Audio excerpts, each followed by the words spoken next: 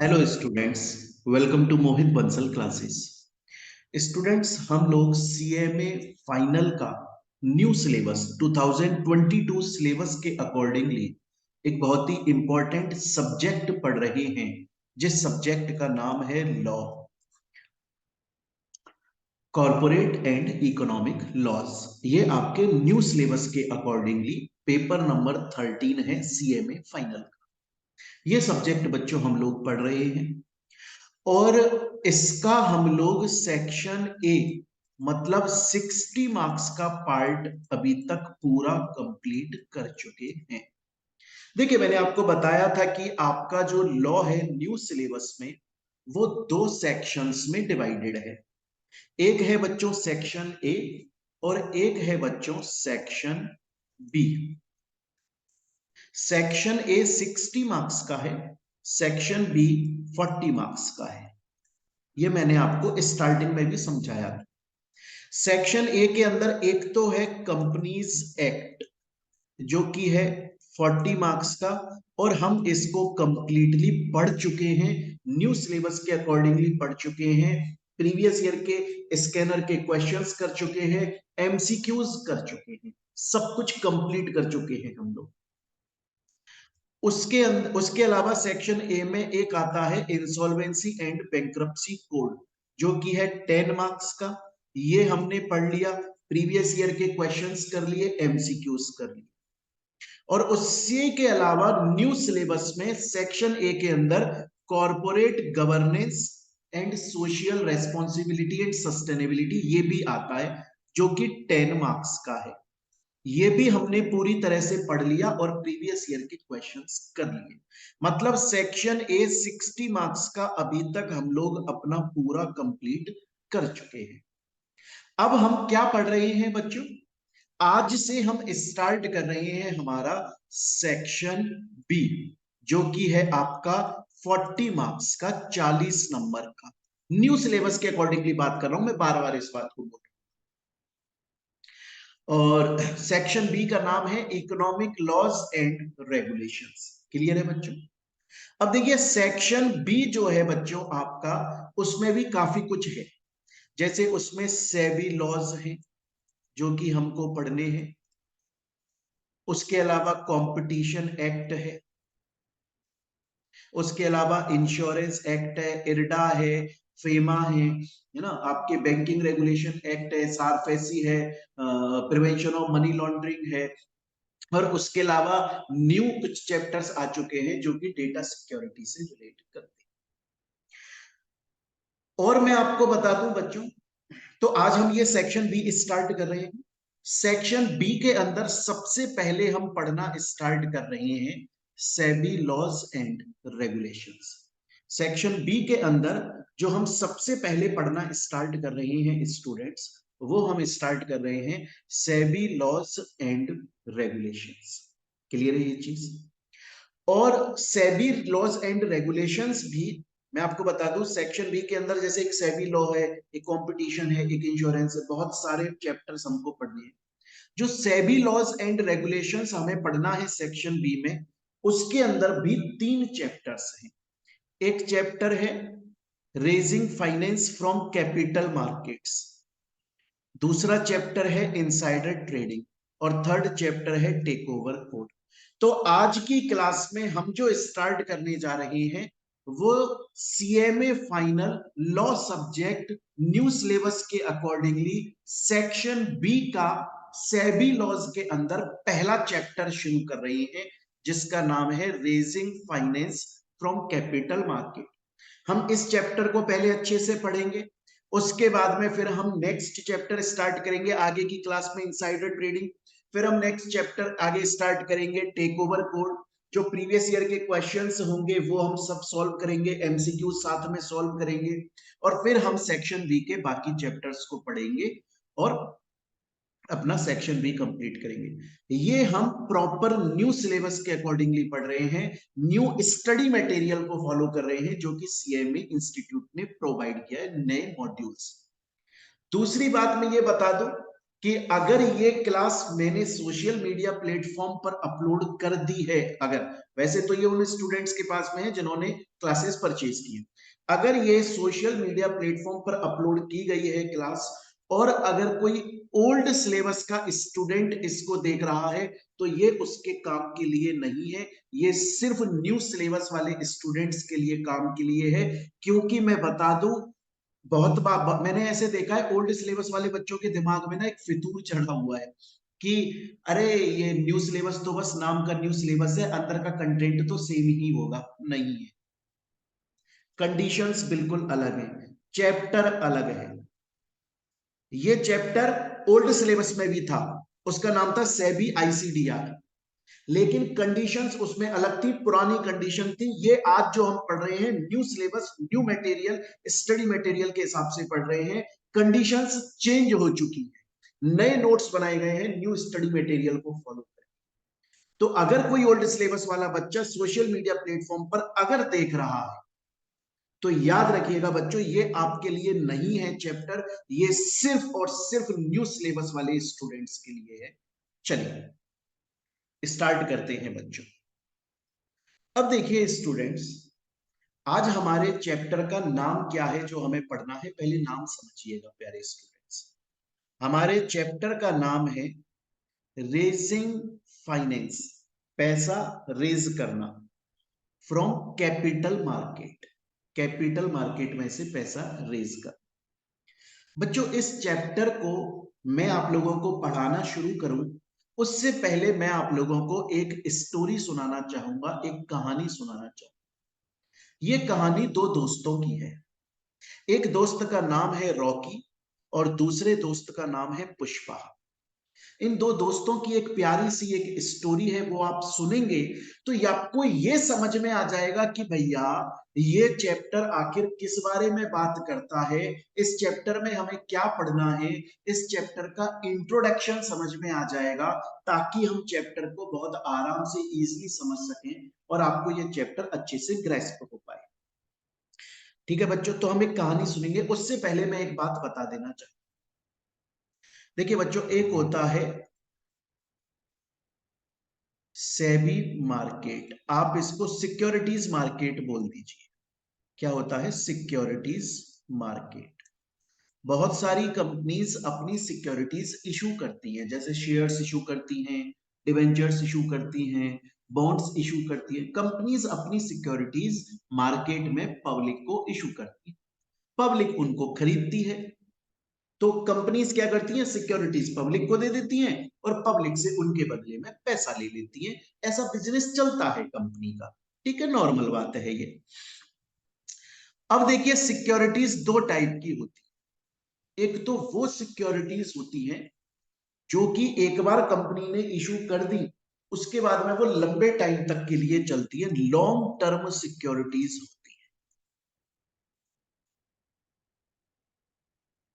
और एक वो सिक्योरिटीज होती है जो कि कंपनी ने इशू करी तो एक साल के अंदर अंदर वापस कंपनी उनको मैच्योर कर लेगी, वापस परचेज कर लेगी। उसे हम शॉर्ट टर्म सिक्योरिटीज बोलते हैं।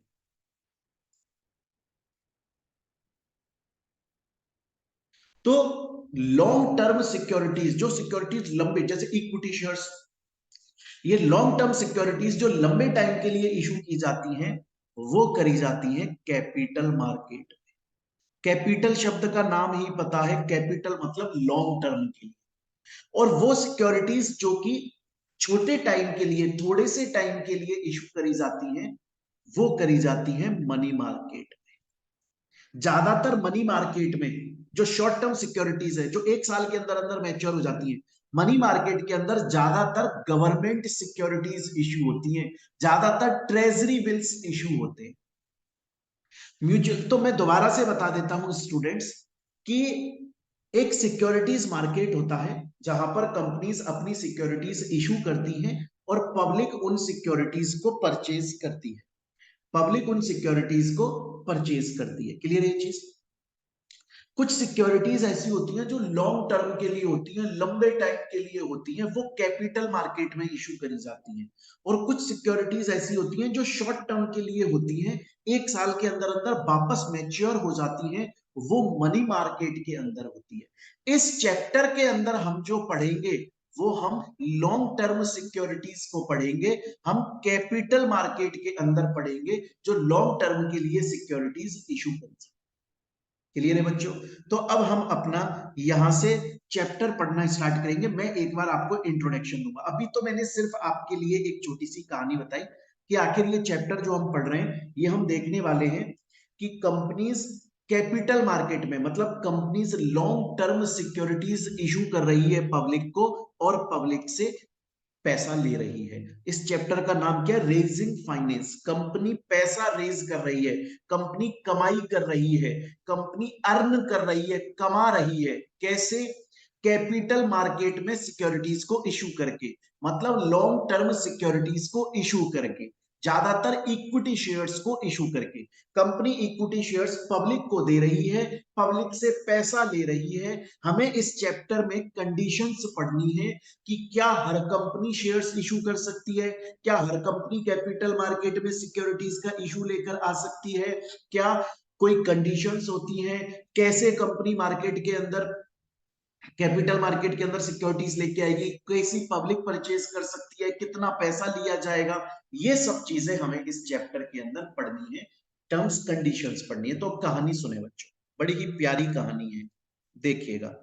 एक बार की बात है, रॉकी भैया ने पुष्पा भैया से पूछा, रॉकी भैया ने पुष्पा भैया से पूछा कि पुष्पा भाई यार, ये कोई भी कंपनी अपनी कैपिटल कैसे बढ़ाती है, कोई भी कंपनी अपनी कैपिटल कैसे इंक्रीज करती है? तो पुष्पा भाऊ बोले कि रॉकी भाई देखो, जब भी कभी भी किसी भी कंपनी को अगर अगर किसी भी कंपनी को अपनी कैपिटल इंक्रीज करनी होती है ना, तो वो कंपनी पब्लिक के पास में अपने शेयर्स इशू करती है। कंपनी पब्लिक से बोलती है कि सुनो सुनो सुनो पब्लिक वालों, हम आपके लिए शेयर्स का इशू लेकर आ रहे हैं, आप हमारे शेयर्स को परचेज कर लो, हमको पैसा दे। तो जितना रुपया पब्लिक से आता है, पब्लिक ने शेयर्स खरीदे और पब्लिक ने पेमेंट दिया, तो जितना पैसा पब्लिक से आया उतनी कैपिटल कंपनी की बढ़ जाती है। जैसे एग्जांपल के तौर पे एक कंपनी है ए नाम की, अभी उसकी कैपिटल 10 करोड़ है, वो 5 करोड़ रुपए का इशू लेकर आई, मतलब पब्लिक ने 5 करोड़ के शेयर्स खरीद लिए, तो 5 करोड़ से उसकी कैपिटल बढ़ जाएगी और अब उसकी कैपिटल 15 करोड़ हो जाएगी। रॉकी भैया के दिमाग में ये बात समझ में आ गई। रॉकी भैया बोले कि पुष्पा भाई, अगर कोई कंपनी अपनी कैपिटल बढ़ाने के लिए पब्लिक में पैसा देती है, मतलब पब्लिक को शेयर्स देती है और पब्लिक उसको खरीदती है, कैपिटल बढ़ जाती है। सेम इसी तरीके से अगर कोई कंपनी जिसने पब्लिक को ऑलरेडी शेयर्स दिए हुए, पब्लिक के पास में कंपनी के शेयर्स हैं, पब्लिक ने खरीदे थे ऑलरेडी, पहले खरीदे हुए हैं पब्लिक ने शेयर्स, अगर वो कंपनी पब्लिक से उन शेयर्स को वापस परचेज कर ले, कंपनी कंपनी परचेज कर ले पब्लिक से शेयर्स को वापस, तो कंपनी की कैपिटल घट जाएगी। एग्जांपल के तौर पे सपोज कीजिए ये ए कंपनी है, इसकी कैपिटल 10 करोड़ है, 5 करोड़ का इशू लेकर आ रही है, मतलब पब्लिक 5 करोड़ के शेयर्स परचेज कर रही है, तो इसकी कैपिटल 15 करोड़ हो जाएगी। सपोज कीजिए कि अब ए कंपनी की कैपिटल 15 करोड़ है, अब वो पब्लिक से अपने शेयर्स को वापस परचेज कर रही है, बाई बैक कर रही है, बाई बैक, वापस पब्लिक से खरीद रही है अपने शेयर्स को, 5 करोड़ के शेयर्स को वापस खरीद रही है, हाँ, तो इसकी कैपिटल कम हो जाएगी, 10 करोड़ हो जाएगी। ये बात रॉकी भाई की समझ में आ गई, तो रॉकी भाई ने बोला कि यार पुष्पा भाई, एक बात बताओ, कोई कंपनी जब अपनी कैपिटल बढ़ाती है, पब्लिक के पास में इशू लेकर आती है, तो इशू कौन कौन सा हो सकता है?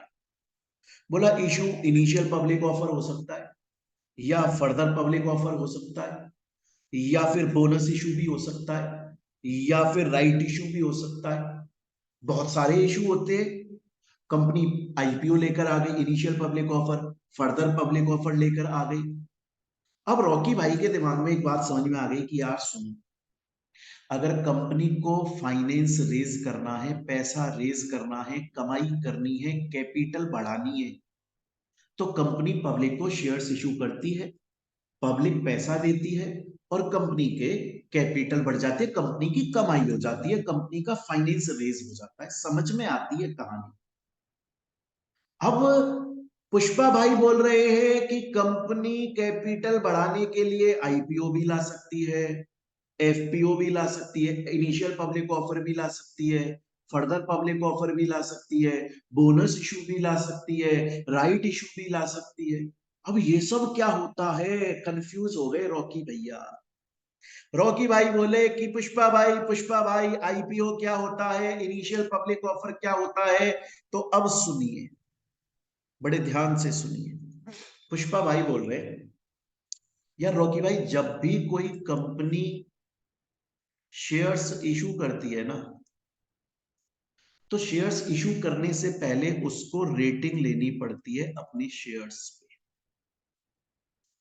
जैसे ये शेयर्स ए कैटेगरी के हैं, या ए प्लस है, या बी है, या सी है। जैसे मूवीज को रेटिंग मिलती है ना, कि ये मूवी अच्छी है तो ए प्लस, थोड़ी कम अच्छी है तो ए, बिल्कुल बकवास है तो बी या सी, एस। ऐसे ही जब कोई कंपनी शेयर्स का इशू लेकर आती है, तो इशू लाने से पहले, पब्लिक को ऑफर करने से पहले उसको रेटिंग लेनी पड़ती है। ये रेटिंग एक इंडिपेंडेंट बॉडी कॉर्पोरेट देता है जिसका नाम CRA है, क्रेडिट रेटिंग एजेंसी। ये इंडिपेंडेंट बॉडी कॉर्पोरेट है, ये उनको रेटिंग देता है। ये बहुत क्वालिफाइड लोग होते हैं। ये कंपनी का पास्ट देखते हैं, प्रेजेंट देखते हैं, फ्यूचर देखते हैं, कंपनी की कंडीशन देखते हैं, मार्केट में कंपनी का क्या फीडबैक है, ये सब देखकर वो रेटिंग देते हैं कि कंपनी का जो इशू आ रहा है, वो शेयर्स जो अब इशू करे जाएंगे वो इस रेटिंग। और पब्लिक फिर देखती है कि यार CRA ने कंपनी के शेयर्स को क्या रेटिंग दी है, और उसके हिसाब से पब्लिक डिसाइड करती है खरीदूं कि नहीं खरीदूं। अच्छी रेटिंग मिली है तो खरीद लो, नहीं मिली है तो मत खरीदो। क्लियर है ये चीज यहां तक। अब क्या है कि सपोज करो कि किसी शेयर को ए रेटिंग मिली, किसी शेयर्स को ए प्लस मिली, किसी शेयर को बी मिली। तो देखो ये डिफरेंट क्लास के शेयर्स हो गए, डिफरेंट क्लास के शेयर्स हो गए। मतलब एक तो ए क्लास के हो गए, एक बी क्लास के हो गए, एक ए प्लस क्लास के हो गए। उसके अलावा कभी कंपनी इक्विटी शेयर्स का इशू लेकर आ रही है, कभी प्रेफरेंस ला रही है, तो ये डिफरेंट क्लास के शेयर्स हो गए। तो कंपनी जब शेयर्स का इशू लाती है ना, तो अलग अलग क्लास के शेयर्स होते हैं। और क्लास कैसे डिवाइड होती है, रेटिंग के बेसिस पे या फिर टाइप ऑफ शेयर्स के बेसिस पे। क्लियर। अब सपोज करो कि एक कंपनी है, और वो कंपनी जून 2023 के अंदर, जून 2023 के अंदर इशू लेकर आई थी शेयर्स का, जिनकी रेटिंग थी ए प्लस। ये कंपनी इस क्लास के शेयर, ए प्लस क्लास के इक्विटी शेयर आज तक इशू नहीं किए इसने। ये कंपनी पहली बार, ये कंपनी इस क्लास के शेयर्स, मैं ये नहीं बोल रहा हूं कंपनी अपनी लाइफ में पहली बार, मैं ये नहीं बोल रहा हूं। बहुत आईपीओ के नाम पे स्टूडेंट्स को बहुत कंफ्यूजन रहता है, ध्यान से सुन लो। मैं ये बिल्कुल नहीं बोल रहा हूं कि कंपनी अपनी लाइफ में पहली बार, नहीं। मैं बोल रहा हूं वो शेयर्स जो कंपनी अब इशू करने जा रही है, उस क्लास के शेयर्स कंपनी पहली बार इशू कर रही है मार्केट में। उस क्लास के शेयर्स को कंपनी मार्केट में पहली बार इशू कर रही है, उस पर्टिकुलर क्लास के शेयर्स को कंपनी मार्केट में पहली बार इशू कर रही है। उसे आईपीओ बोलते हैं। नाम पढ़ो, इनिशियल, पहली बार पब्लिक ऑफर। अब सपोज करो कंपनी जून 2023 में ए प्लस क्लास के शेयर्स इशू करे थे, पहली बार इशू करे थे कंपनी ने इस टाइप के। कंपनी ऑलरेडी बहुत बार इशू लेकर आ चुकी है अलग अलग डिफरेंट डिफरेंट क्लासेस के शेयर्स का।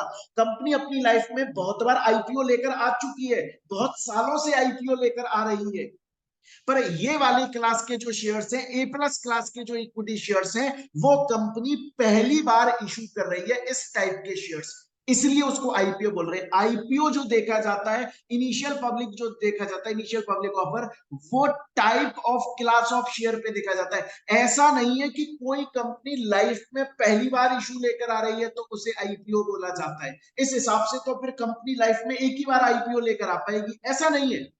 मैं बोल रहा हूं, अगर कोई कंपनी जैसे रिलायंस कंपनी है, सालों से बनी हुई है और हर बार नया आईपीओ लाती है, अगर वो उस टाइप की क्लास ऑफ शेयर्स इशू कर रही है जो कंपनी ने पहली बार इशू कर रही है, class of shares, class of share पहली बार इशू किए जा रहे हैं, वो आईपीओ। अगर वो क्लास ऑफ शेयर्स एक बार कंपनी ने इशू कर दिए थे आईपीओ, उसी क्लास के शेयर अब कंपनी दोबारा इशू कर रही है, सोचो नवंबर, तो फिर वो हो जाता है एफपीओ, फर्दर पब्लिक ऑफर, कि कंपनी इस क्लास के शेयर्स एक बार इशू कर चुकी थी, अब दोबारा से इशू कर रही है। एग्जांपल के तौर पे सलमान खान, सलमान खान की मूवी आई दबंग, क्या दबंग सीरीज की ये पहली मूवी थी? हाँ जी, फर्स्ट मूवी थी, तो ये है आईपीओ। फिर आई रेडी, क्या ये पहली मूवी थी रेडी? हाँ जी, तो ये आईपीओ।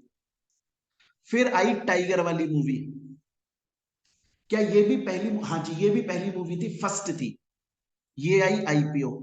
फिर आई दबंग टू, तो इस क्लास के मूवी, इस क्लास के शेयर्स एक बार इशू हो चुके थे दबंग नाम से, वो आईपीओ आ चुका था, अब ये एफपीओ है, फर्दर पब्लिक ऑफर। फिर आई दोबारा वो टाइगर जिंदा है, तो इस क्लास के शेयर एक बार इशू हो चुके थे, अब नए जो आ रहे हैं वो है एफपीओ। तो एक बार हमारी कहानी को, हम जो अभी रॉकी भैया और पुष्पा भैया की कहानी को सुन रहे थे, दोबारा सुने। रॉकी भैया बोले कि यार ये कंपनीज पैसा कैसे रेज करती हैं, चैप्टर का नाम है ना रेजिंग फाइनेंस, पैसा कैसे रेज करती हैं कैपिटल मार्केट से। पुष्पा भैया बोले कि यार रॉकी भाई, बड़ी सिंपल सी बात है, देखो कंपनीज क्या करती हैं मार्केट में ना, अपने शेयर्स इशू करती हैं, पब्लिक उनको खरीदती है और कंपनी पैसा कमाती है, उससे कंपनी की कैपिटल भी बढ़ जाती है। अब ये इशू बहुत सारी तरह से आ सकता है, एक होता है इनिशियल पब्लिक ऑफर, एक होता है फर्दर पब्लिक ऑफर, एक होता है बोनस इशू, बोनस में तो चलो फ्री होता है, एक होता है राइट इशू, प्राइवेट प्लेसमेंट। तो कंपनी के ऊपर डिपेंड करता है वो कौन सा इशू लेकर आ रही है। आईपीओ, इनिशियल पब्लिक ऑफर, क्या होता है कि वो पर्टिकुलर क्लास के शेयर्स कंपनी ने आज तक इशू नहीं किए, कंपनी आज पहली बार वो पर्टिकुलर क्लास के शेयर्स इशू कर रही है, दैट इज आई। और अगर उसी क्लास के शेयर्स कंपनी एक बार इशू कर चुकी है, अब दोबारा से इशू कर रही है, दैट इज एफ।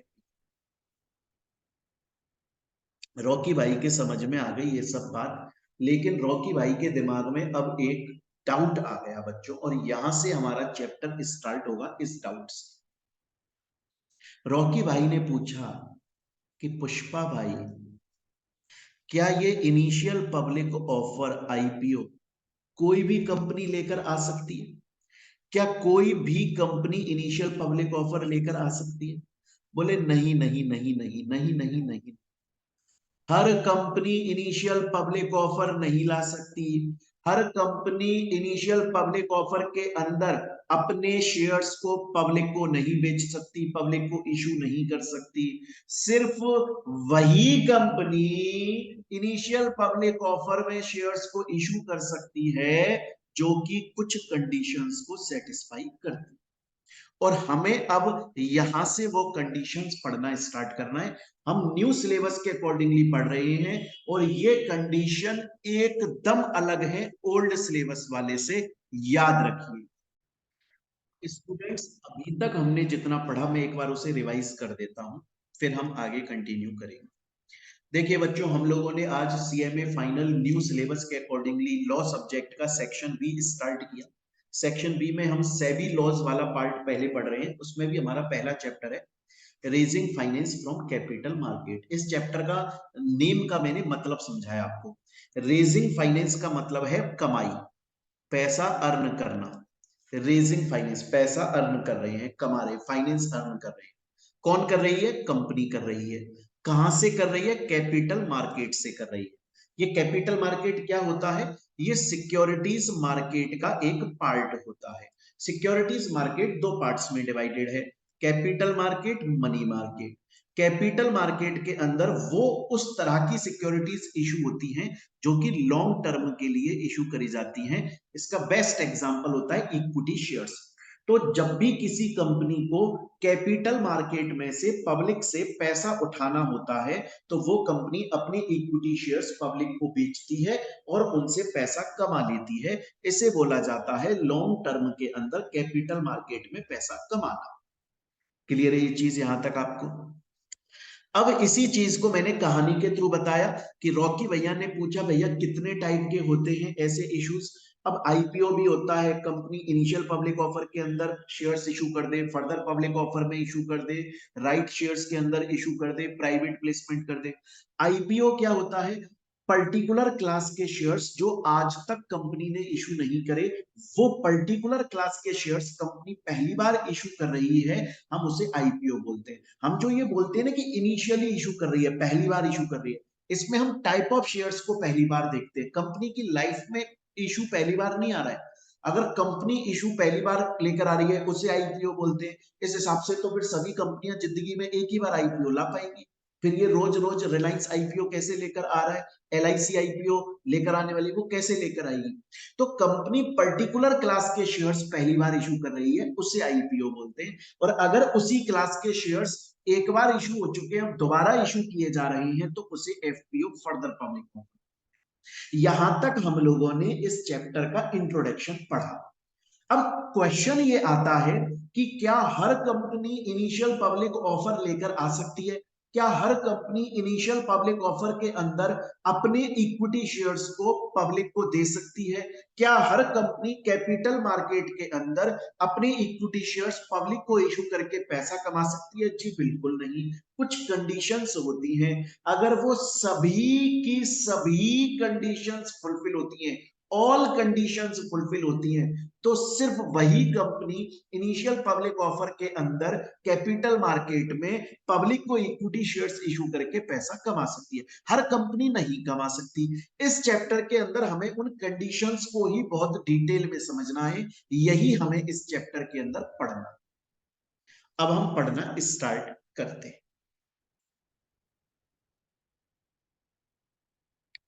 सबसे पहली बात यह आती है कि वो कौन कौन सी कंपनीज हैं जो एलिजिबल नहीं है इनिशियल पब्लिक ऑफर लाने के लिए।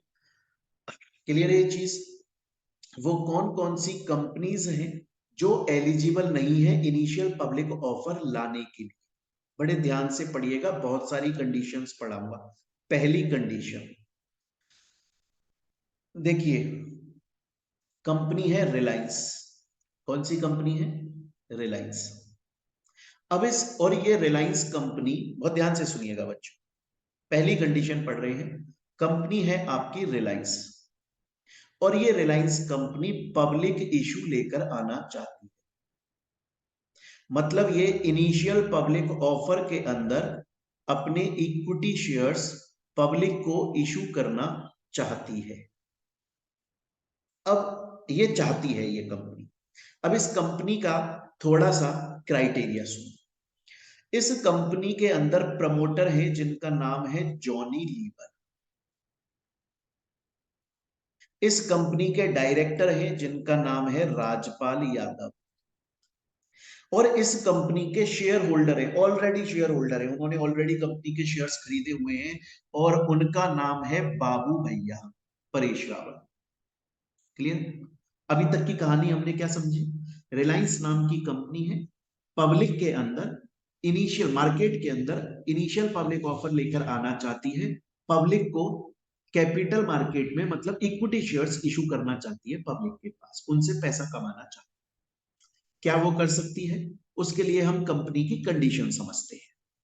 कंपनी के अंदर एक प्रमोटर है जिनका नाम जॉनी लीवर है, एक डायरेक्टर है, बहुत सारे डायरेक्टर्स हैं जिनमें से एक है जिनका नाम राजपाल यादव है, और शेयर होल्डर से बहुत सारे जिसमें से एक शेयर होल्डर का नाम बाबू भैया है।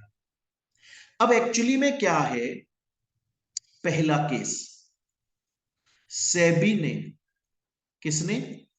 Securities and exchange board of India ने रिलायंस को, कंपनी को, इशूअर को, जो इशू करना चाहता है उसको प्रोहिबिट किया हुआ है। मना किया हुआ है कि तुम फ्रॉड हो। रिलायंस कंपनी, हालांकि रिलायंस कंपनी ऐसी नहीं है, मैं सिर्फ एग्जांपल के लिए बोल रहा हूं कि रिलायंस कंपनी तुम फ्रॉड हो, और सेबी ने, securities and exchange board of India ने तुमको मना कर दिया है। अगर कोई कंपनी आईपीओ के अंदर पब्लिक में इशू लेकर आना चाहती है, और अगर सेबी ने, सेबी का मतलब होता है बोर्ड, है ना, जब हम बोर्ड बोलते हैं तो उसका मतलब सेबी होता है, securities and exchange board of India. अगर सेबी ने उस कंपनी को मना किया हुआ है, दीवार किया हुआ है ना, रोका हुआ है कि नहीं तुम सिक्योरिटीज मार्केट में नहीं जा सकते, तुम किसी भी तरह का इशू नहीं ला सकते, तुम धोखेबाज आदमी हो, अगर तुम इशू लेकर आओगे पब्लिक के पास में, तुम उनको लूटोगे, कोई ना कोई बेईमानी करोगे, चोरी चकारी करोगे, तुमको सेबी ने मना कर दिया। अगर किसी कंपनी को, अगर किसी कंपनी को सेबी ने दीवार कर दिया, मना कर दिया कि तुम आईपीओ के अंदर पब्लिक इशू नहीं ला सकते, तो नहीं ला सकते। अगर रिलायंस कंपनी लेकर आना चाहती है, तो ना तो रिलायंस कंपनी दीवार होनी चाहिए, सेबी ने रिलायंस कंपनी को मना नहीं किया हुआ। सपोज करो दूसरी कंडीशन, उसके प्रमोटर्स, जितने भी प्रमोटर्स हैं, उनको भी सेबी ने मना नहीं किया हो। ना तो सेबी ने वो कंपनी जो खुद इशू लेकर आना चाहती है उसको मना नहीं किया हो, ना ही सेबी ने उस कंपनी जो इशू लाना चाहती है उसके प्रमोटर्स को भी मना नहीं किया हो।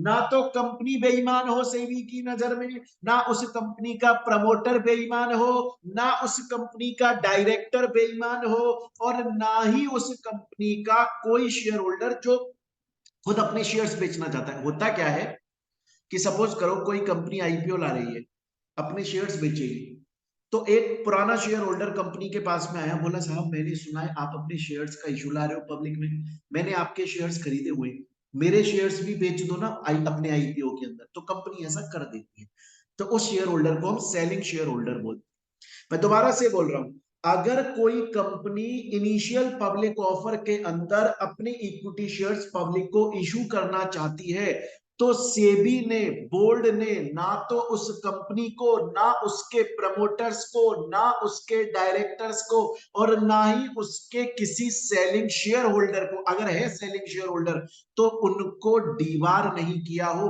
मना नहीं किया हो, रेस्ट्रिक्ट नहीं किया हो, प्रोहिबिट नहीं किया हो, सस्पेंड नहीं किया हो कि तुम सिक्योरिटीज मार्केट में, तुम कैपिटल मार्केट के अंदर इशू नहीं ला सकते।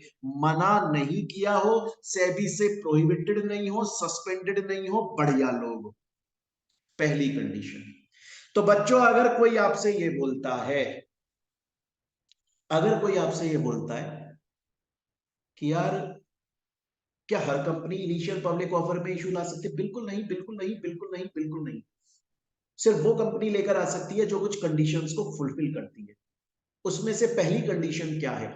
उसमें से सबसे पहली कंडीशन जो है मेरे प्यारे स्टूडेंट्स, सबसे पहली कंडीशन जो है वो ये है कि ना तो वो कंपनी खुद, ना उसके प्रमोटर्स, ना उसके डायरेक्टर्स, और ना ही उसका कोई सेलिंग शेयर होल्डर सेबी से प्रोहिबिटेड, रेस्ट्रिक्टेड, सस्पेंडेड नहीं होना चाहिए। सेबी ने उनको मना नहीं किया हो कि तुम सिक्योरिटीज मार्केट में नहीं डील कर सकते, ऐसा मना नहीं किया हो सेबी। ये पहली कंडीशन है। अब चलते हैं दूसरी कंडीशन पे। बच्चों मैं बार बार इस बात को बोल रहा हूं बीच बीच में कि न्यू सिलेबस वाले बच्चों के लिए है ये, क्योंकि ओल्ड सिलेबस वाले बच्चों के लिए कंडीशंस अलग हैं। अगर कोई बच्चा, वैसे तो ये क्लास सिर्फ उनके पास में है जिन्होंने परचेज की है, अगर किसी ने सोशल मीडिया प्लेटफॉर्म पर मैंने बाई चांस अपलोड करवा दी है, तो सिर्फ न्यू सिलेबस वाले इस क्लास को देखें, ओल्ड वाले ना देखें, वरना लॉस में रहोगे, वो आपकी समस्या है। तो भैया हमने पहला कंडीशन पढ़ लिया, अब हम चलते हैं हमारे सेकंड कंडीशन। बच्चों सेकंड कंडीशन को समझाने के लिए मेरे को एक खाली जगह चाहिए, फिर मैं वो सेकंड कंडीशन समझाता हूं। तो एक मिनट, हाँ यहां पे समझाता हूं आपको सेकंड कंडीशन। ध्यान से देखिएगा बच्चों।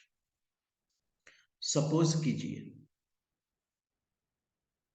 कि एक कंपनी है, और वो कंपनी इनिशियल पब्लिक ऑफर लेकर आना चाहती है, पब्लिक में इशू लेकर आना चाहती है। कैसे लाएगी सर? वो कंपनी स्टॉक एक्सचेंज के ऊपर अपने शेयर्स को लिस्ट कर देगी।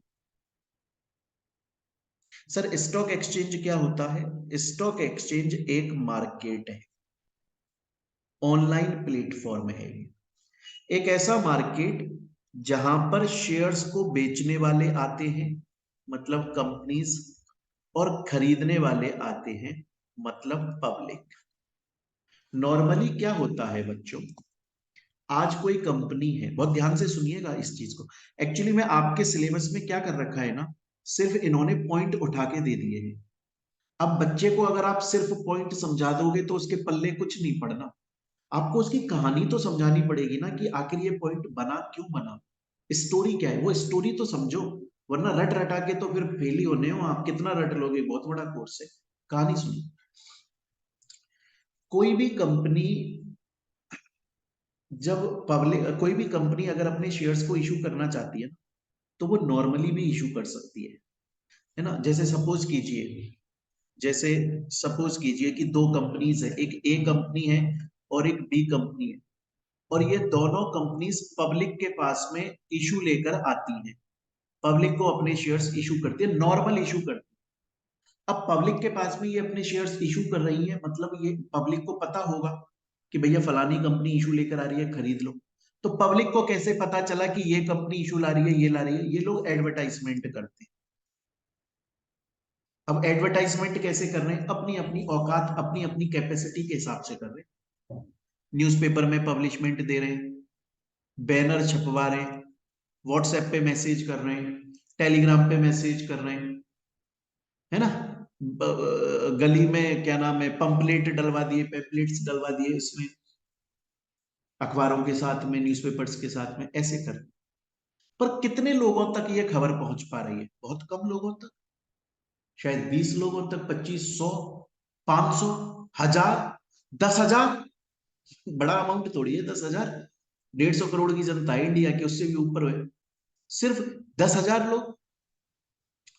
तो इस कंपनी ने ये सोचा, ए कंपनी ने, बी कंपनी, दोनों ने सोचा कि यार ऐसे काम थोड़ी ना चलेगा कि मैं सिर्फ 10,000 ही लोगों तक अपने शेयर्स को इशू करूं। मेरे शेयर्स तो बहुत ज्यादा लोग खरीदने चाहिए। अब बहुत ज्यादा लोग मेरे शेयर्स को खरीदें तो वो बहुत ज्यादा लोगों तक मुझे पहुंचना पड़ेगा, और बहुत ज्यादा लोगों तक पहुंचने के लिए मुझे स्टॉक एक्सचेंज के ऊपर लिस्ट हो जाना चाहिए। स्टॉक एक्सचेंज एक ऐसा मार्केट है जहां पर ऑलरेडी बहुत सारे लोग जुड़े हुए हैं, जो कि सिर्फ शेयर्स खरीदने के इंटरेस्टेड है।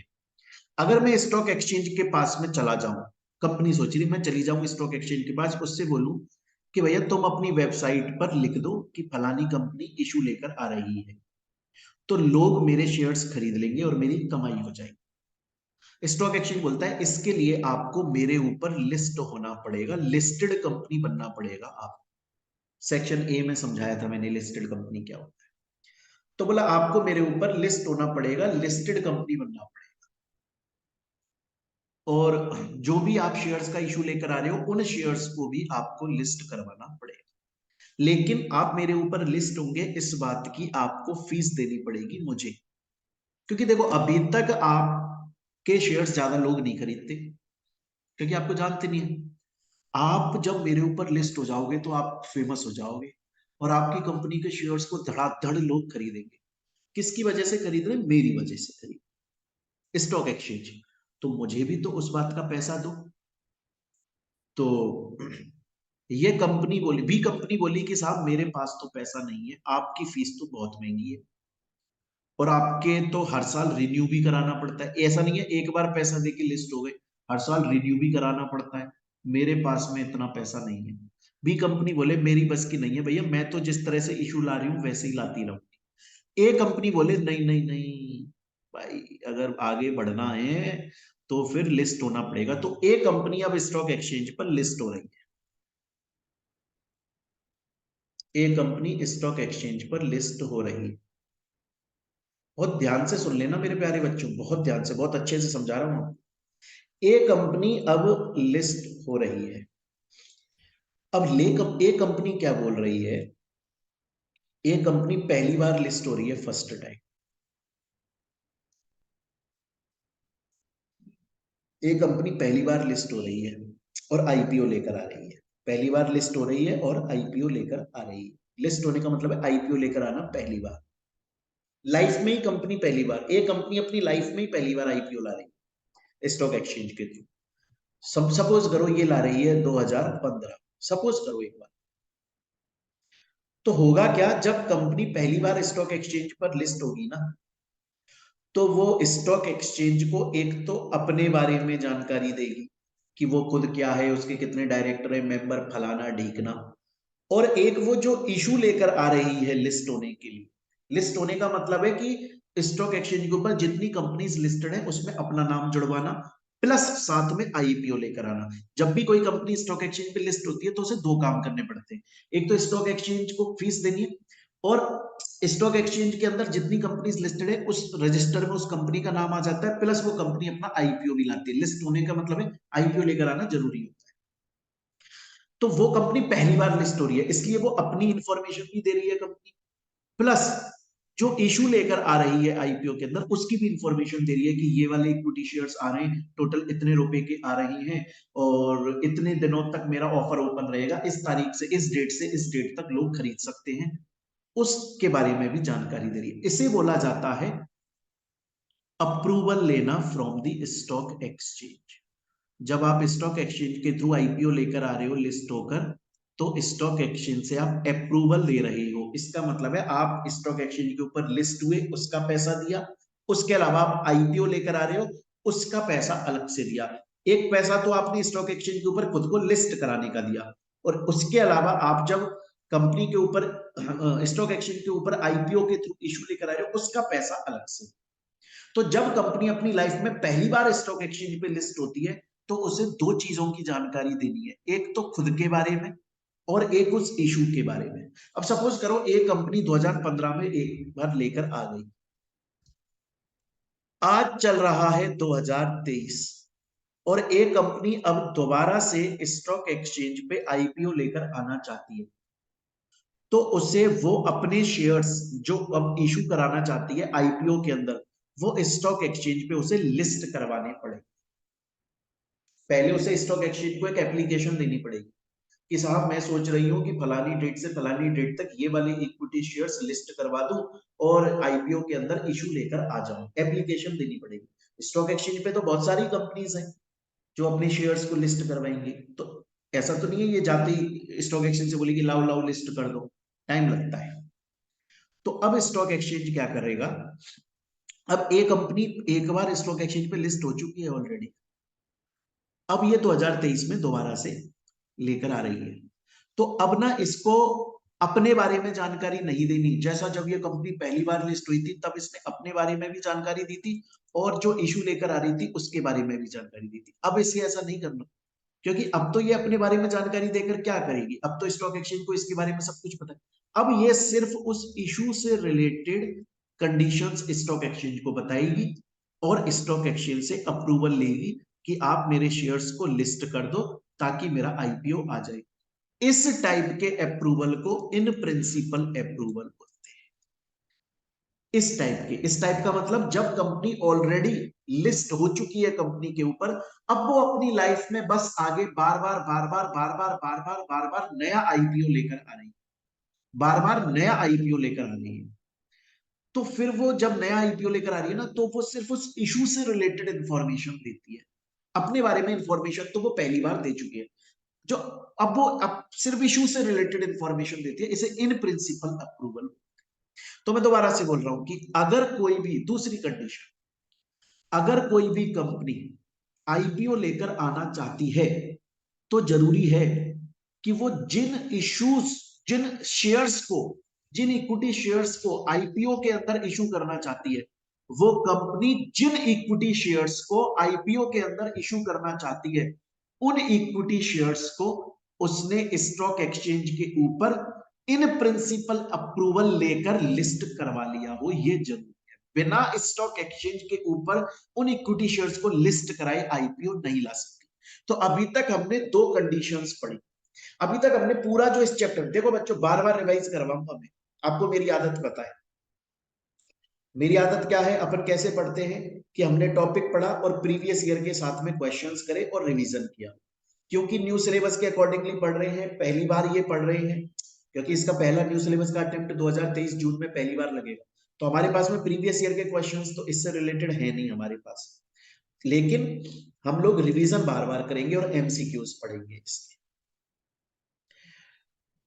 अभी तक हमने ये पढ़ा कि कंपनीज पैसा रेज कर सकती हैं कैपिटल मार्केट में अपनी इक्विटी शेयर्स इशू करके।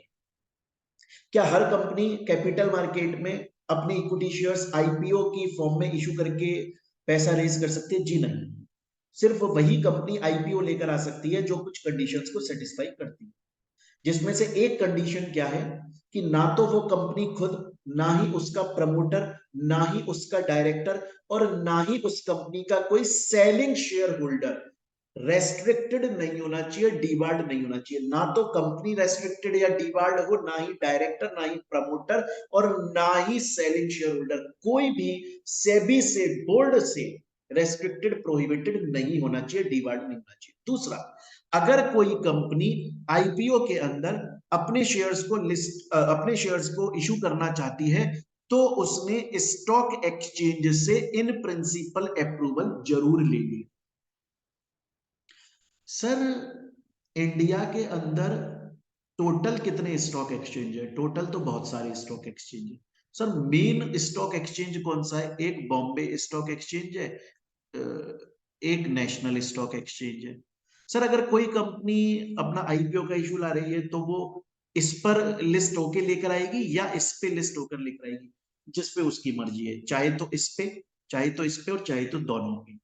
अच्छा, लेकिन सर कम से कम एक पे लिस्ट होना जरूरी है। यहां तक सर समझ में आ गई, दो कंडीशन आपने समझाई, दोनों की दोनों मस्त समझ में आ गई।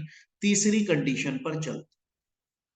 सर एक बात बताइए, मैंने ये सुना है कि अगर आज कोई भी कंपनी आईपीओ लेकर आ रही है तो कंपनी चाहे से कहीं की भी है, कोई भी पर्सन कहीं भी बैठा हुआ उस कंपनी के शेयर्स को इलेक्ट्रॉनिक फॉर्म में परचेज कर सकता है। क्या ये सही है? क्या ऐसा होता है क्या कि अगर कंपनी बेंगलुरु की है तो खरीदने वाले को पहले ट्रेन पकड़ के, फ्लाइट पकड़ के, बस पकड़ के बेंगलुरु जाना पड़ेगा, वहां एक फॉर्म भरना पड़ेगा और फिर शेयर्स खरीदने पड़ेंगे? जी नहीं। अगर कोई भी पर्सन, कोई भी कंपनी आईपीओ का इशू लेकर आ रही है ना, तो ये जरूरी है कि वो कंपनी इलेक्ट्रॉनिक फॉर्म में शेयर्स को परचेज करने का ऑप्शन देगी पब्लिक को। ये कंपलसरी है, जरूरी है। कोई भी कंपनी अगर आईपीओ का इशू लेकर आ रही है तो ये कंपलसरी है, ये जरूरी है कि वो कंपनी पब्लिक को उन शेयर्स को जो आईपीओ में इशू होने वाले इलेक्ट्रॉनिक फॉर्म में खरीदने का ऑप्शन दे। अब सर वो कैसे देगी? इलेक्ट्रॉनिक फॉर्म में खरीदने का मतलब क्या होता है? बहुत ही सिंपल होता है। देखो, एक डिपॉजिटरी नाम की बॉडी कॉरपोरेट होती है, ये भी एक कंपनी ही होती है, इसके अंदर बहुत सारे लोग काम करते हैं, सेबी के पास में ये रजिस्टर्ड होती है। क्लियर है ये चीज? तो डिपॉजिटरी नाम की एक कंपनी होती है खुद। उसका काम क्या होता है कि जब भी कोई कंपनी आईपीओ या एफपीओ लेकर आ रही है तो वो अरेंजमेंट करके देती है। वो कंपनी से ये बोलती है कि कोई भी पर्सन, कोई भी पब्लिक जब आपके शेयर इलेक्ट्रॉनिक फॉर्म में खरीदना चाहेंगे तो हम उनके लिए एक अकाउंट ओपन कर देंगे, जिसे डीमेट अकाउंट बोला जाता है स्टॉक एक्सचेंज की भाषा में। देखिए मैं पूरा प्रोसेस आपको डिटेल में थोड़ा सा समझा देता हूँ। मैंने बोला ना, न्यू सिलेबस में कर क्या दिया है इन्होंने कि सिर्फ पॉइंट पॉइंट दे दिए हैं और कहानियां हटा दी हैं। ओल्ड सिलेबस में सेबी वाला पार्ट बहुत बड़ा, कंडीशंस भी अलग थी। न्यू सिलेबस में ये कंडीशन पहली बार आई है, ओल्ड में ये कंडीशंस नहीं थी। मैं समझा देता हूं होता क्या है। सपोज करिए आज एयरटेल कंपनी है, वो आईपीओ लेकर आना चाहती है।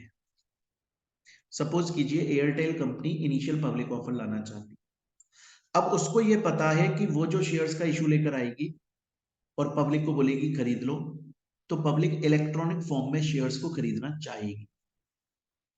अब ये होगा कैसे? कंपनी ना एक डिपॉजिटरी से एग्रीमेंट कर लेगी।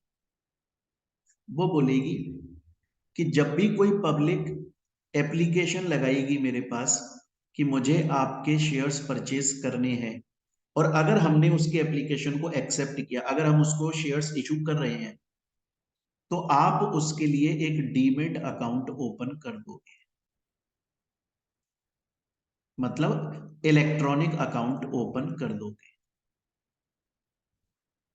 और उसमें जितने हम शेयर्स उसको दे रहे हैं वो डाल दिए जाएंगे। नॉर्मली क्या होता, अगर ऐसा नहीं होता तो नॉर्मली क्या होता कि वो एप्लीकेशन लगाता कंपनी के पास और कंपनी उसको शेयर्स पोस्ट करती। जैसे आप मेरी क्लास परचेज करते हो तो मैं आपको जो बुक देता हूं वो मैं यहां से पोस्ट करवा देता हूं और आपके घर पे पहुंच जाती है। नॉर्मली शायद ऐसा होता कि पब्लिक अगर कंपनी को एप्लीकेशन लगा के बोलती मुझे आपके शेयर्स खरीदने, तो कंपनी पैसा रख लेती, एनवलप के अंदर शेयर्स डालती और उसके घर पे होम डिलीवरी करवा देती। लेकिन इलेक्ट्रॉनिक का जमाना है, तो कंपनी ने पहले ही डिपॉजिटरी से बात कर ली कि मैं इसको शेयर्स दे रही हूं, तुम इसके लिए एक अकाउंट ओपन कर दो, इसकी आईडी बना दो, इसका पासवर्ड बना दो, और इसको वो आईडी पासवर्ड सेंड कर दो। इसको बोल दो कि भैया तेरा अकाउंट ओपन हो गया, ये तेरी आईडी है, ये तेरा पासवर्ड है, जा वहां पे लॉग इन कर, लॉग इन करके देख तेरे अकाउंट में इतने शेयर्स आ चुके हैं, मतलब हमने तुझको शेयर्स दे दिए। तो जब भी और है ना, अगर सपोज करो कि कोई ऐसा बंदा है जिसके पास ऑलरेडी है, जिसके पास में ऑलरेडी डीमेट अकाउंट है, तो उसको तो नया डीमेट अकाउंट लेने की जरूरत नहीं है, कंपनी डायरेक्टली उसके अकाउंट में शेयर्स डाल देगी। लेकिन अगर कोई कंपनी आईपीओ लेकर आ रही है, तो ये जरूरी है कि वो कंपनी उस पब्लिक को जिसको वो इशू कर रही है शेयर्स, इलेक्ट्रॉनिक वे में शेयर्स खरीदने का मौका देगी। इसके लिए वो कंपनी पहले क्या करेगी, डिपॉजिटरी से पहले ही एग्रीमेंट कर लेगी कि भैया, डिपॉजिटरी से बोलेगी ठेका ले लो मेरा, ठेकेदार से बोलते हैं बोले ठेका ले लो भाई, मेरा इशू आ रहा है, ये इशू इतने दिन से इतने दिन तक ओपन रहेगा, लोग खरीदेंगे, तुम इतना पैसा ले लो मेरे से, और जो भी आएगा उसका इलेक्ट्रॉनिक अकाउंट ओपन कर देना, उसके में मैं जितने बोलूं उतने शेयर्स डाल देना, आईडी पासवर्ड बना देना, उसको आईडी पासवर्ड की डिटेल दे देंगे, फिर वो अपना इलेक्ट्रॉनिक अकाउंट देखे। तो ये जरूरी है। अगर कोई कंपनी आईपीओ लेकर आ रही है और डिपॉजिटरी से एग्रीमेंट नहीं किया, इलेक्ट्रॉनिक वे में शेयर्स खरीदने का मौका नहीं दे रही है, आईपीओ नहीं ला सकती। गलत। स्टूडेंट बोलता है सर मजा आ गया, आप एकदम कहानी बनाकर समझा रहे हो, मजा ही आ रहा है। सर अभी तक 3 कंडीशन पढ़ी है हमने इस चैप्टर में, कि अगर कोई भी कंपनी आईपीओ लेकर आना चाहती है तो उसे सभी की सभी कंडीशंस फुलफिल करना जरूरी होता है। आपने मुझको 3 कंडीशन पढ़ाई है, वो तीनों कंडीशन एक बार रिवाइज करते हैं। सर पहली कंडीशन आपने पढ़ा है कि अगर कोई कंपनी इनिशियल पब्लिक ऑफर के अंदर इशू लेकर आना चाहती है, तो सबसे पहली बात है, ना तो वो कंपनी खुद, ना उसका प्रमोटर, ना उसका डायरेक्टर, और ना ही उसका कोई सेलिंग शेयर होल्डर सेबी से डिबार्ड नहीं होना चाहिए, सेबी ने उनको मना नहीं किया होना चाहिए सिक्योरिटीज मार्केट में डील करने से। सेबी क्यों मना करेगा? अगर वो लोग फ्रॉड ब्रॉड है। दूसरा, अगर कोई भी कंपनी इनिशियल पब्लिक ऑफर लेकर आना चाहती है, तो जरूरी है कि उसने अपने शेयर्स को स्टॉक एक्सचेंज के ऊपर लिस्ट कराने के लिए इन प्रिंसिपल अप्रूवल ले लिए, कम से कम एक रिकॉग्नाइज स्टॉक एक्सचेंज तो ले ली है, ज्यादा से ले लिया तो ठीक है, कम से कम एक रिकॉग्नाइज्ड स्टॉक एक्सचेंज से ले ली हो। क्लियर है ये चीज यहां तक? दूसरा, अच्छा तीसरी कंडीशन, कि कोई भी कंपनी आईपीओ का इशू लेकर आ रही है, जरूरी है कि उसने डिपॉजिटरी से एग्रीमेंट कर लिया है कि जब भी पब्लिक खरीदेगी तुम उसके लिए इलेक्ट्रॉनिक फॉर्म में शेयर्स खरीदवा दोगे, मतलब तुम डीमेट अकाउंट ओपन करवा दो। यहां तक की बात समझ में आ चुकी है। अच्छा एक चीज और बताऊं बच्चों, stock exchange and recognised stock exchange, इसमें डिफरेंस होता है। स्टॉक एक्सचेंज तो इंडिया में बहुत है, रिकॉग्नाइज स्टॉक एक्सचेंज बहुत कम है। रिकॉग्नाइज स्टॉक एक्सचेंज का मतलब होता है वो स्टॉक एक्सचेंज जिसने जिसको सेंट्रल गवर्नमेंट ने सर्टिफिकेट देकर ये बोला है कि तुम बड़े स्टॉक एक्सचेंज हो, तुम अच्छे स्टॉक एक्सचेंज हो, तुम ट्रस्टेबल स्टॉक एक्सचेंज हो, मैं तुम्हें रिकॉग्नाइज करता हूं, मैं तुमको एक सर्टिफिकेट देता हूं कि अब तुम रिकॉग्नाइज हो चुके हो, तुम बहुत अच्छा काम कर रहे हो। अगर कोई भी stock exchange recognise stock exchange बनना चाहता है तो उसके लिए उसे सेंट्रल गवर्नमेंट के पास में एप्लीकेशन लगानी पड़ती। तो बच्चों अभी तक हम लोगों ने 3 कंडीशंस पढ़ ली आज की क्लास में। क्लियर है ये चीज? अभी ये चैप्टर बहुत बड़ा है और हम इसको न्यू सिलेबस के अकॉर्डिंगली पढ़ रहे हैं मेरे प्यारे स्टूडेंट्स, हम इसको न्यू सिलेबस के अकॉर्डिंगली पढ़ रहे हैं। तो अभी तक हम लोगों ने 3 कंडीशन पढ़ ली है, अब हम आगे मूव करते हैं अपनी 4th कंडीशन। क्वेश्चन एक आता है कि सपोज कीजिए एक कंपनी है और वो आईपीओ लेकर आना चाहती है आज जून 2023 में। अच्छा, उससे पहले उस कंपनी ने ऑलरेडी शेयर्स इशू किए हुए,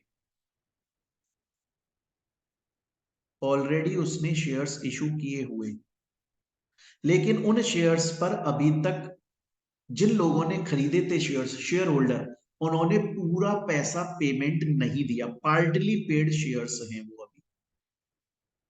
उन शेयर्स पर पूरा पैसा कंपनी को रिसीव नहीं हुआ, तो वो कंपनी अब नया आईपीओ नहीं ला सकती जब तक कि उसने पुराने जो शेयर्स इशू करे हैं उन पर पूरा का पूरा पैसा रिकवर नहीं कर लिया। मतलब वो पार्टली पेड शेयर्स नहीं रहने चाहिए, मतलब कि फुल्ली पेड शेयर्स हो जाने चाहिए। अगर कोई कंपनी आईपीओ लेकर आना चाहती है तो ये जरूरी है कि वो पहले जो शेयर्स का इशू लेकर आई थी वो शेयर्स पार्टली पेड नहीं हो, वो शेयर्स फुल्ली पेड हो। तो 4 कंडीशन पढ़ ली, रिवाइज करो भाई, रिवाइज करो जल्दी जल्दी। अगर कोई भी कंपनी आईपीओ लेकर आना चाहती है तो पहली कंडीशन ये है, ना तो वो कंपनी खुद, ना उसका प्रमोटर, ना उसका डायरेक्टर, ना ही उसका कोई सेलिंग शेयर होल्डर सेबी के थ्रू डिबार्ड नहीं होना चाहिए, रेस्ट्रिक्टेड प्रोहिबिटेड मना नहीं होना चाहिए। दूसरा, कोई भी कंपनी आईपीओ के थ्रू पब्लिक में इशू लेकर आना चाहती है तो उसने अपने उन शेयर्स को कम से कम एक रिकॉग्नाइज्ड स्टॉक एक्सचेंज पर लिस्ट करा के इन प्रिंसिपल अप्रूवल ले लिया, कम से कम एक रिकॉग्नाइज्ड स्टॉक एक्सचेंज से। तीसरी कंडीशन, कोई भी कंपनी आईपीओ का इशू लेकर आना चाहती है तो जरूरी है उसने डिपॉजिटरी के साथ में एग्रीमेंट कर लिया है कि तुम डीमेट अकाउंट ओपन कर दोगे लोगों के लिए, डीमेटलाइज्ड फॉर्म में शेयर्स परचेज करवा दोगे। इसके बाद में नेक्स्ट कंडीशन कि कोई भी कंपनी आईपीओ का इशू लेकर आना चाहती है तो भैया जरूरी है, जरूरी है, जरूरी है, क्या जरूरी है? ये जरूरी है कि जो ऑलरेडी इशूड शेयर्स हैं, पार्टली पेड शेयर्स हैं, वो आधे अधूरे नहीं होने चाहिए, उन्हें पहले फुल्ली पेड कर लो, उसी के बाद मतलब बचा हुआ जो पैसा है वो लोगों से रिकवर कर लो, उसी के बाद में आप आईपीओ लेकर आ सकते हैं। इसके बाद में नेक्स्ट कंडीशन, आज की क्लास में एक कंडीशन और पढ़ रहे हैं हम, फिर हम इसको नेक्स्ट क्लास में आगे कंटिन्यू करेंगे। बच्चों इस नेक्स्ट कंडीशन को पढ़ाने के लिए मैं आप लोगों को एक कहानी सुनाना चाहूंगा, बड़े प्यार से सुनिएगा कहानी। देखिए ये आपको, इस कहानी के अंदर 2 कैरेक्टर है मेरे प्यारे बच्चों। एक कैरेक्टर का नाम है रितेश अग्रवाल, जो कि ओयो के फाउंडर हैं, और एक है हमारे लीजेंडरी रतन टाटा जी। इन दोनों के बीच में कुछ बातें हो रही हैं, ध्यान से सुनिए। नेक्स्ट बहुत इंपॉर्टेंट कंडीशन है, सिर्फ न्यू सिलेबस के अंदर नई ऐड हुई है ये कंडीशन, ओल्ड में नहीं थी। देखो, एक बार की बात है, ओयो गया रतन टाटा जी के पास में, बोले नमस्ते टाटा अंकल। बोले बताओ बेटे, ओयो बेटे क्या बात है, कैसे? बोले टाटा अंकल, मैं एक प्रोजेक्ट आ रहा है, कोई भी फलाना ढिकना कोई प्रोजेक्ट है, कोई दूसरी कंपनी ला रही है, कुछ है कोई प्रोजेक्ट, गवर्नमेंट ला रही है, कोई भी एक प्रोजेक्ट है, और मेरी कंपनी ओयो कंपनी सोच रही है कि उस प्रोजेक्ट में इन्वेस्टमेंट कर दूं। एक प्रोजेक्ट आ रहा है कहीं पर और मेरी ओयो कंपनी सोच रही है कि उस प्रोजेक्ट में पैसा लगा दो ताकि प्रॉफिट रिटर्न मिले अच्छा खासा। और उस प्रोजेक्ट में जो पैसा लगाना है उस वो पैसा मैं कहां से कमाऊं? मैं सोच रहा हूं कि मैं पब्लिक को एक आईपीओ लेकर आ जाऊं, पब्लिक के पास में शेयर्स इशू कर दूं। तो मैं पब्लिक को बोलूं लो भैया शेयर्स, पब्लिक मेरे को पैसा दे दे, वो पैसा मैं उस प्रोजेक्ट के अंदर इन्वेस्ट कर दूं, ऐसा सोच रहा हूं। तो जब टाटा अंकल ने पूछा ओयो बेटे से कि ओयो बेटा क्या हो गया, बोला टाटा अंकल कोई एक प्रोजेक्ट आ रहा है, मुझे वो बढ़िया प्रोजेक्ट लग रहा है, मुझे लग रहा है उसमें इन्वेस्टमेंट कर देने से कमाई हो जाएगी, लगता है मुझे ऐसा। मैं सोच रहा हूं कि उसके अंदर इन्वेस्टमेंट कर दूं, लेकिन उसमें इन्वेस्टमेंट करने के लिए जो पैसा है वो कहां से आए, और वो पैसा मैं सोच रहा हूं कि पब्लिक को आईपीओ में शेयर्स इशू कर दूं, उनसे पैसा कमाऊं और वो पैसा कमा के प्रोजेक्ट में लगा दूं, मेरी जेब से कुछ नहीं जाए। तो रतन टाटा जी ने पूछा, टाटा अंकल ने बोला कितना पैसा लगाना चाहते हो प्रोजेक्ट में? बोला 100 करोड़ रुपए। 100 करोड़ रुपए चाहिए उस प्रोजेक्ट में लगाने के लिए, मतलब 100 करोड़ का मुझे फाइनेंस रेज करना है, 100 करोड़ रुपए मैं उस प्रोजेक्ट में लगाना चाहता हूं। तो टाटा अंकल बोले ओयो बेटे बेटी मेरी बात को ध्यान से सुनो, देखो लॉ क्या कहता है। लॉ ये कहता है कि अगर तुम किसी प्रोजेक्ट में पैसा लगाना चाहते हो, 100 करोड़ रुपए लगाना चाहते हो, और उसके लिए तुम आईपीओ लेकर आ रहे हो, तो जितना पैसा तुम प्रोजेक्ट में लगाना चाहते हो 100 करोड़, तुम उसके 25% तक, 25% तक, मतलब 25 करोड़ रुपए आईपीओ लाकर पब्लिक से ले सकते हो। 25 करोड़ से ज्यादा जितना तुम प्रोजेक्ट में इन्वेस्ट करना चाहते हो, 100 करोड़ रुपए तुम इन्वेस्ट करना चाहते हो, और तुम सोच रहे हो कि पब्लिक के पास में आईपीओ लाकर पैसा रेज करके उस प्रोजेक्ट में इन्वेस्ट कर दो। तुम टोटल उस प्रोजेक्ट में जितना लगाना चाहते हो ना, उसके 25% तक तुम पब्लिक से आईपीओ में रेज कर सकते हो, उससे ज्यादा रेज नहीं कर सकते। जो बचा हुआ 75% है, 75 करोड़ रुपए, वो तुमको कहीं दूसरी तरीके से अरेंज करना पड़ेगा। क्या बोला टाटा अंकल ने, बड़े ध्यान से सुनो। उन्होंने बोला कि देखो तुम 100 करोड़ रुपए प्रोजेक्ट में लगाना चाहते हो, लॉ क्या बोलता है कि जितना पैसा तुम प्रोजेक्ट में लगाना चाहते हो उसका 25%, maximum 25%, that means 25 crore rupees तुम आईपीओ के थ्रू पब्लिक से रेज कर सकते हो। बचा हुआ 75% तुम्हें कहीं और से अरेंज करना पड़ेगा।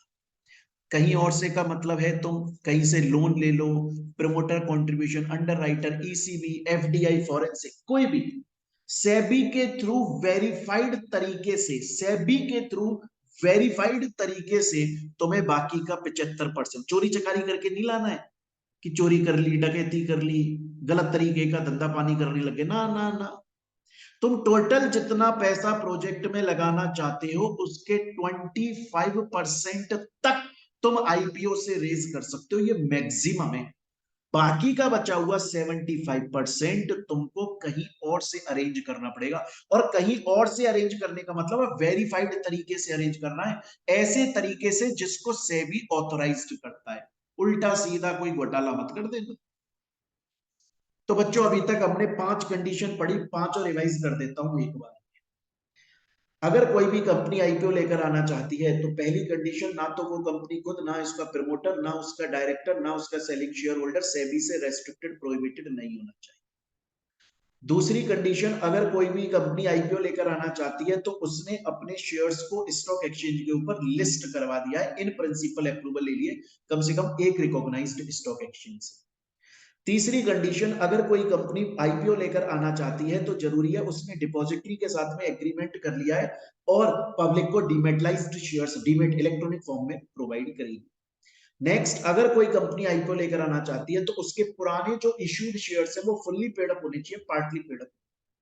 और उसके बाद में नेक्स्ट, अगर कोई कंपनी आईपीओ लेकर आना चाहती है तो जरूरी है कि जितना वो प्रोजेक्ट में इन्वेस्ट करने का सोच रही है, किसी दूसरे प्रोजेक्ट में जितना पैसा इन्वेस्ट करने का सोच रही है, उसका मैक्सिमम 25% आईपीओ से पैसा रेज किया जा सकता है, बाकी का 75% किसी दूसरी तरीके से रेज करना है, और वो दूसरा तरीका सेबी से वेरीफाइड होना चाहिए। स्टूडेंट्स, यहां तक हम लोगों ने सीएमए फाइनल का न्यू सिलेबस के अकॉर्डिंगली सेक्शन बी, सेबी, जो कि 40 नंबर का है, उसका पहला चैप्टर कंप्लीट करा है। चैप्टर अभी कंप्लीट नहीं, अभी तो इस चैप्टर में बहुत कुछ पढ़ाने का है मुझको आपको। अभी तो पहले हम कंडीशंस ही बहुत सारी पढ़ेंगे, फिर आगे अभी तो बहुत कुछ बचा है। पर इस चैप्टर की पहली क्लास आपने आज करी है, न्यू सिलेबस के अकॉर्डिंगली है। मैं फिर दोबारा से एक बार बोल रहा हूं, जिन बच्चों ने क्लास परचेज की हुई है उनके पास में प्रॉपर क्लासेस हैं, बुक्स हैं, एमसीक्यूज हैं, सब कुछ है। अगर कोई सोशल मीडिया प्लेटफॉर्म पर देख रहा है, ये क्लास सिर्फ और सिर्फ न्यू सिलेबस स्टूडेंट्स के लिए है, ओल्ड सिलेबस के लिए नहीं है, क्योंकि कोर्स चेंज है। अगर तुम्हारे इस मंद बुद्धि के अंदर थोड़ा सा जो दिमाग दिया है, अगर उसके अंदर आप लोगों को ऐसा लगता है कि भैया ओल्ड सिलेबस और न्यू सिलेबस दोनों सेम है, तो भगवान करे ऐसा लगे और जून के एग्जाम दे लो, उसके बाद में वापस आओगे, तब दुनिया को आप लोग खुद बोलोगे। ऐसा नहीं है। समझ रहे हो मेरी बात को? इसलिए फिर दोबारा से बोल रहा हूं, ये सिर्फ न्यू सिलेबस के लिए है, ओल्ड सिलेबस के लिए नहीं है, क्योंकि कोर्स चेंज है। ओल्ड सिलेबस में कंडीशंस अलग है, न्यू में अलग है। तो चलिए बच्चों, बाकी का हम लोग अपनी नेक्स्ट क्लास में आगे कंटिन्यू करेंगे। Thank you, take care.